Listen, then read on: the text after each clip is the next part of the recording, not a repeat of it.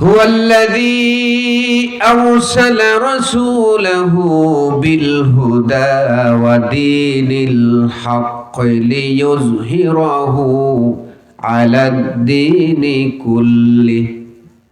ওনার দাওয়াতের মূল টার্গেট ছিল, মূল কর্মসূচি ছিল, দুনিয়ার মধ্যে যত আদিয়ানে বাতিল আছে, যত মানব রচিত মতবাদ আছে, সবগুলির উপরে ইসলামকে বিজয়ী শক্তি হিসেবে প্রতিষ্ঠিত করা। বলেন সুবহানাল্লাহ। এক নম্বর টার্গেট, নবীজির দাওয়াতের এক নম্বর টার্গেট ছিল এই বিশ্বে মানব রচিত কোনো মতবাদ চলবে না। কোনো মানুষের তৈরি করা মন গড়া মতবাদ দিয়া এই দেশ চলবে না, এই বিশ্ব চলবে না। চলবে কেবলমাত্র আল্লাহর আইন দিয়া। বলেন ঠিক কিনা? এটা ছিল মূল টার্গেট। এই জন্য তিনি কর্মসূচি নিয়েছেন। কি নিয়েছেন? আরসালা রাসূলাহু বিল হুদা ওয়া দীনিল হক। দুইটা জিনিস আল্লাহ পাক তাকে দিয়েছেন। এক নম্বর হলো হেদায়াত। এক নম্বর দিয়েছেন কি? হেদায়াত। বিল হুদা ওয়া দীনিল হক। ওই হুদা মানে হলো কোরআন। কোরআনের অপর নাম হুদা, কোরআনের অপর নাম নূর। যেমন সূরা ইব্রাহিমের শুরুতে এসেছে, আলিফ লাম রা কিতাবুন আনজালনাহু ইলাইকা লিতুখরিজান নাসা মিনাজ যুলুমাতি ইলান নূর। আমি এই কিতাব আপনাকে দিয়েছি লিতুখরিজান নাসা মিনাজ যুলুমাতি ইলান নূর, অন্ধকার জগৎ থেকে মানুষদেরকে তুমি বের করে নিয়ে আসবে। কে আসবে? আল্লাহর নবীজি। এই নবিয়ানা দায়িত্ব যারা পালন করবেন তারা এই চেষ্টাটা আজীবন চালিয়ে যাবেন। দেখুন ভাষাটা, লিতুখরিজান নাস, মানুষকে তুমি বের করে নিয়ে আসবে, মিনাজ যুলুমাত, অন্ধকার থেকে। আওয়ামে চায় কি? সাধারণ মানুষেরা চায় কি? সব সময় খারাপ হতে চায়, খারাপ পথে থাকতে চায়, শয়তানের পদাঙ্ক অনুসরণ করে। আর আলেমদের দায়িত্ব হলো ওই শয়তানের পদাঙ্ক থেকে, অন্ধকার থেকে ফিরিয়ে আনা। কথা বলেন ঠিক কিনা? আর এই কাজটা করতে গেলেই মানুষের চক্ষুশূল হবে আলেম সমাজ। কথা বলেন ঠিক কিনা? ওই ছেলেরা দুষ্টামি করতেছে, মোবাইল চালাইতেছে, আমি তার মোবাইল দিলাম বন্ধ করে, সে আমারে ভালোবাসবে? কথা বলেন, ও আমারে ভালোবাসবে নাকি? ভালোবাসবে না। ওরা চায় 31st নাইটে নাচানাচি করবে, গান বাদ্য করবে।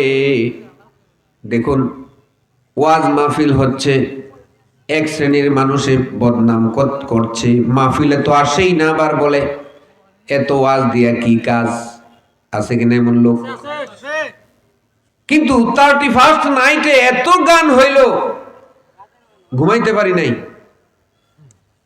আমাদের গ্রামে গান বাদ্য নিষেধ, বাজাইতে পারে নাই, কিন্তু আমি ঘুমাইলাম, ওয়াজ করে এসে রাত্রে ঘুমাইলাম, 2টার দিকেও শুনি বাজে। কোথায় রে? পার্শ্ববর্তী গ্রামে ফোন দিলাম, আমাদের গ্রামে তো গান বাদ্য নিষেধ, আপনাদের গ্রামে বাজে নাকি? কয় না হুজুর, আরো দূরে। এখন বুঝেন কত দূর থেকে 2টা গ্রাম পাস হইয়া আমাদের কানে আওয়াজ আসলো। যে লোকগুলি এই সমস্ত কথা বলে, একটা লোকের আপনি জিজ্ঞেস করেন, ভাই এই যে এত শব্দ দূষণ হইল, আপনারা কি এই জন্য আপনার হৃদয়ে একটু দুঃখ কষ্ট অনুভব করেছেন? বলেন না। তাহলে ওয়াজ মাহফিলের জন্য এত অ্যালার্জি কেন? এখনো ওয়াজ মাহফিল আছে বলে মসজিদের লোক পাওয়া যায়। কথা বলেন ঠিক কিনা? এখনো ওয়াজ মাহফিল আছে বলে মানুষের মুখে কিছু দাড়ি দেখা যায়, মাথায় একটা টুপি দেখা যায়। এখনো ওয়াজ মাহফিল আছে বলে যুবকেরা আপনার সাথে বেয়াদবি করে না, মুরব্বীদের দেখলে সালাম দেয়। কথা বলেন ঠিক কিনা? তাহলে কি বুঝলেন? এই ওয়াজ মাহফিল থাকতে হবে, এটা কোরআনেই আছে, উদু ইলা সাবিলি রাব্বিকা বিল হিকমাতি ওয়াল মাউইজাতিল হাসানা। বলেন সুবহানাল্লাহ।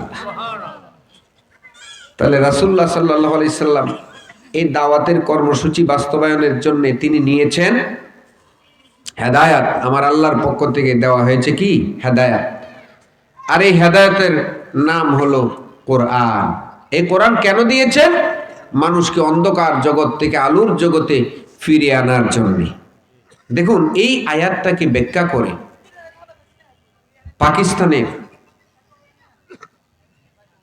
জাতীয় কবি আল্লামা দাক্তুর ইকবাল রাহিমাহুল্লাহ তিনি বলেছেন, উতর কর গার হেরা সে সুয়ে কৌম আয়া और नुस्खाए कीमिया साथ लाया। মহানবী সাল্লাল্লাহু আলাইহি সাল্লাম গারে হেরায় গেলেন, একখানা পরশ পাথর নিয়ে আসলেন। এই পরশ পাথরের সংস্পর্শে মানুষগুলি যখন তার সংস্পর্শ পেল, লৌহ কঠিন মানুষগুলি স্বর্ণের মানুষে রূপান্তরিত হলো। সুবহানাল্লাহ। তাহলে এই দাওয়াতি কর্মসূচির মধ্যে রাখতে হবে সর্বপ্রথম যে জিনিসটা, সেটা হল হুদা, মানে কোরআন শিক্ষা, তালিমুল কোরআন ওয়া তারবিয়াতুহু। কোরআনের তালিম তারবিয়ত চালু রাখতে হবে। ওয়ারাত্তিলিল কোরআনা তারতিলা, সর্বপ্রথম কাজ হবে কোরআনকে সহি শুদ্ধভাবে তেলাওয়াত করা। এরপরে কোরআনে কি আছে সেটা অনুধাবন করা, এরপরে এটার ব্যাখ্যা বিশ্লেষণ বোঝা, তার উপর আমল করা। এই জরুরি কাজগুলি আমাদের করতে হবে। ঠিক আছে? রাসূলুল্লাহ সাল্লাল্লাহু আলাইহি সাল্লাম এই তার দাওয়াতি কর্মসূচি বাস্তবায়নের লক্ষ্যে সর্বপ্রথম যে জিনিসটি আল্লাহর পক্ষ থেকে প্রাপ্ত হলেন সেটা হলো কোরআন। এই কোরআনকে সরিয়ে দেওয়ার জন্যে তিনি সর্বাত্মক প্রচেষ্টা করলেন। কি করলেন? তিনি কোরআনুল কারীম সর্বপ্রথম যখন সূরা আলাকের 5 আয়াত নাজিল হলো গারে হেরায় জাবালে নূরে, সেখান থেকে 5টা আয়াত নিয়ে এসে কারে শোনাইলেন? তার স্ত্রীকে, সম্মানিতা স্ত্রীকে, আজওয়াজে মুতাহহারা উম্মুল মুমিনিন খাদিজা রাদিয়াল্লাহু তাআলা আনহা, তার কাছে আয়েশা সর্বপ্রথম দাওয়াত দিলেন। বলেন না সুবহানাল্লাহ। তাহলে আমরা এখান থেকে বুঝতে পারি দাওয়াতি কর্মসূচির মধ্যে এটাও একটা কর্মসূচি। আপনারাও নেন, নবীজি যেভাবে নিয়েছিলেন আপনারাও সেইটা নেন যে আমার স্ত্রীকে আমি দাওয়াত দিব। ঠিক আছে? আপনারা নারীদেরকে সব সময় কল্যাণকামী করতে হলে আপনি কি করবেন? সব সময় নসিহত শোনান। প্রতিদিন একটা হলে উপদেশ বাণী আপনি তার স্ত্রীকে, আপনার স্ত্রীকে শোনান। আপনি ওয়াজ যতটুকু পারেন, বাল্লিগু আন্নী ওয়ালাউ আয়া, একটা আয়াত তো শিখলেন, একটা হাদিস তো শিখলেন ওয়াজ মাহফিলে, এইটা শিখে আপনার স্ত্রীকে যাইয়া শোনাইবেন। রাজি আছেননি? হ্যাঁ, এটা হলো দাওয়াতি কর্মসূচি। আপনি টার্গেট নেন, সর্বপ্রথম স্ত্রীকে দাওয়াত দেন, এরপর আপনার সন্তানকে দাওয়াত দেন। প্রতিদিন একটা না একটা বিষয় আপনি দাওয়াত দেন। খাইতে বসছেন, ওইখানে একটা দাওয়াতের কাজ চালু করেন। আপনি রাস্তায় চলতেছেন, বাচ্চাকে হাতে নিয়ে বুঝাই দেন, এইভাবে এইভাবে চলবা। মানে কোথায় কোথায় নসিহা, কোথায় কোথায় নসিহা। দেখবেন আপনার বাচ্চা ভালো হবে, আপনার বাচ্চা আপনার সাথে বেয়াদবি করবে না।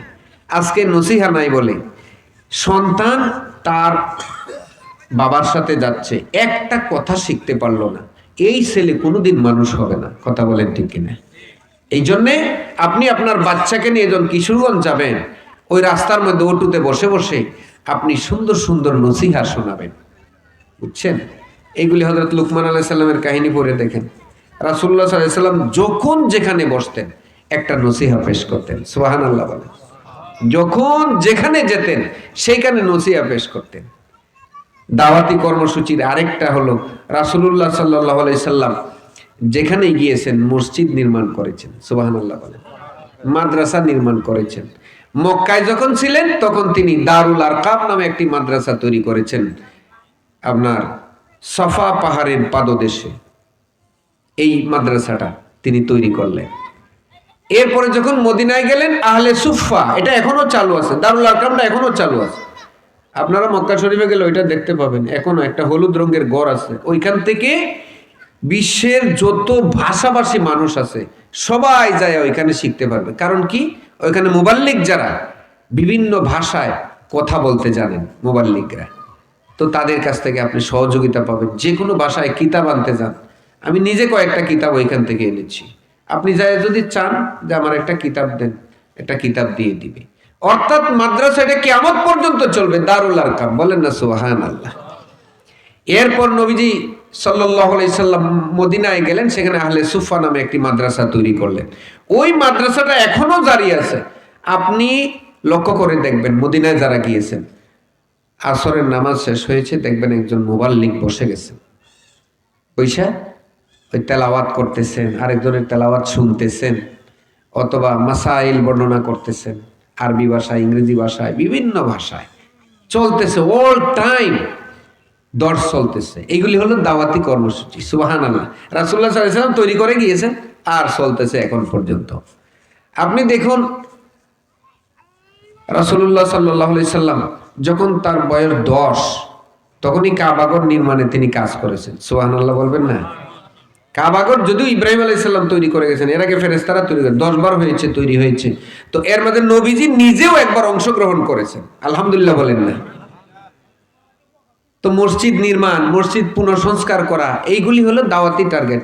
এগুলি এখান থেকে দাওয়াতের কর্মসূচি পালন করা হয়। সুবহানাল্লাহ বলেন। আর মসজিদকে শুধু নামাজের জায়গা বানায়েন না, এটা দাওয়াতের জায়গা। ঠিক আছে? শুধু নামাজ পড়ে চলে আসবেন এরকম না।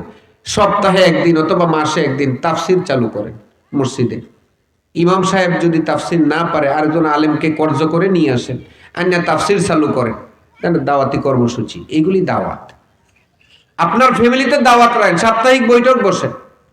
আপনার ঘরে আপনি সাপ্তাহিক বৈঠক বসেন। আপনার সন্তান আছে 3 জন, স্ত্রী আছে 1 জন, হলো 4 জন, আপনি 1 জন, 5 জন। 5 জনে মিলে বসেন, খাবার আসবে। এর আগ মুহূর্তে আপনি একটু বৈঠক করেন না, কে কতটুকু শিখছো বাবারা, তোমরা কি নামাজটা সঠিকভাবে আজকে আদায় করেছো কিনা, নামাজের এই সূরাটা একটু বলো তো, কি বলেন? এইভাবে যদি আপনি দাওয়াতি কার্যক্রম চালু রাখেন, আপনার জীবন সফল, আপনার সন্তান আপনাকে কষ্ট দিবে না। ঠিক আছে ভাই? এই বিষয়গুলি খেয়াল রাখেন। আল্লাহ রাব্বুল আলামিন ওই যে দাওয়াতি কর্মসূচির উপরে সংক্ষেপে আমি কিছু কথা বললাম, আল্লাহ পাক আমাদের সবাইকে আমল করার তৌফিক দিন। আমরা সকলে বলি আমিন।